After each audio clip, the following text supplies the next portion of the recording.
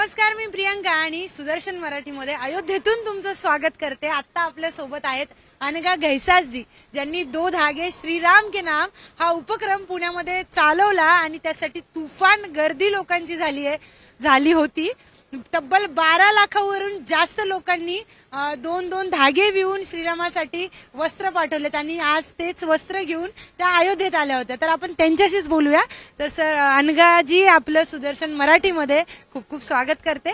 तर दो धागे श्रीराम के नाम आज तुम्ही वस्त्र घेऊन अयोध्येत आल्यात, त्याबद्दल काय सांगाल? मुळात मी गेली 7 वर्ष हे विणकाम महोत्सव पुण्यामध्ये करते, विणकरांच्या सन्मानासाठी।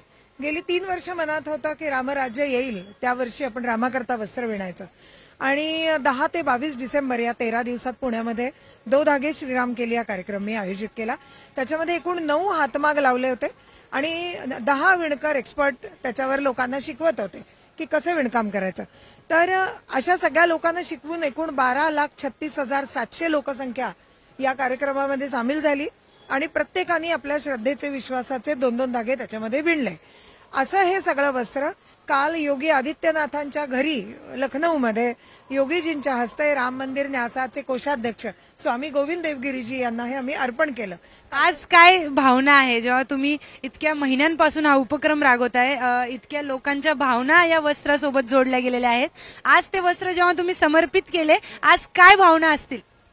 खरं सांगू का, मला असं वाटतंय की ज्या वेळेला रामराज्य होतं, त्या काळात राम होते त्या काळामध्ये मला असं वाटतं की आपण सगळे जे ह्याच्यात इन्व्हॉल्व आहोत त्या प्रत्येकाचा काहीतरी रोल, कुणी वानर असेल, कुणी खारुताई असेल, कुणी, तर माझी अशी भावना आहे की काहीतरी आपला संबंध होता आणि तो संबंध रामरायांनी आता अधोरेखित केला परत, आणि म्हणून ही जबाबदारी कुठेतरी माझ्याकडे आली। पण मला असं वाटलं की राम मंदिर न्यासानी हे माझ्याकडे जबाबदारी दिली, तर ते पुण्य मिळालं, ते एकट्याने न घेता सगळ्यांमध्ये वाटूया।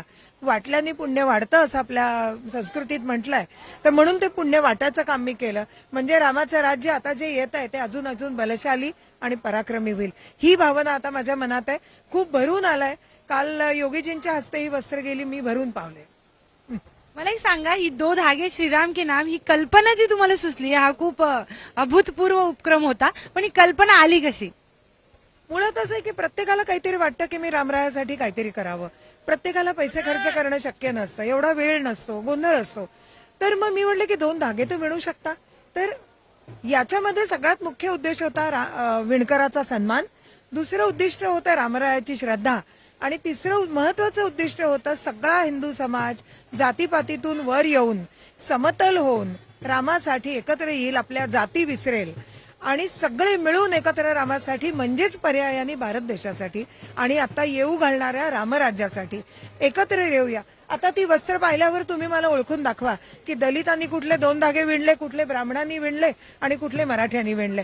सगळे जण एकसारखे आहेत। हिंदूंनी एकत्र येणं ही याच्यातनं एक संदेश मला द्यायचा होता, म्हणून हा कार्यक्रम आहे। तर वसुदैव कुटुंबकचा सल्ला यावेळी अनघाताईंनी आपल्याला दिलेला आहे, कारण की 18 पगड जातींनी येऊन हे वस्त्र तयार केलेत प्रभू श्रीरामांसाठी आणि ते वस्त्र इतके अभूतपूर्व आहेत। आज त्यांनी ते वस्त्र समर्पित केलेत आणि आज त्यांनी त्यांच्या भावना आपल्याला बोलून दाखवल्या। शब्दात व्यक्त करता येण्यासारख्या खरं तर नाहीयेत, पण जितक्या व्यक्त करता येऊ शकतात तेवढं त्यांनी बोलून आपल्याला दाखवलं। तर आपले खूप खूप अभिनंदन ताई, आपण खूप सुंदर काम केलंय। असेच कामं पुढे करत राहा अजूनही, त्यासाठी सुदर्शन मराठी करून तुम्हाला खूप खूप शुभेच्छा।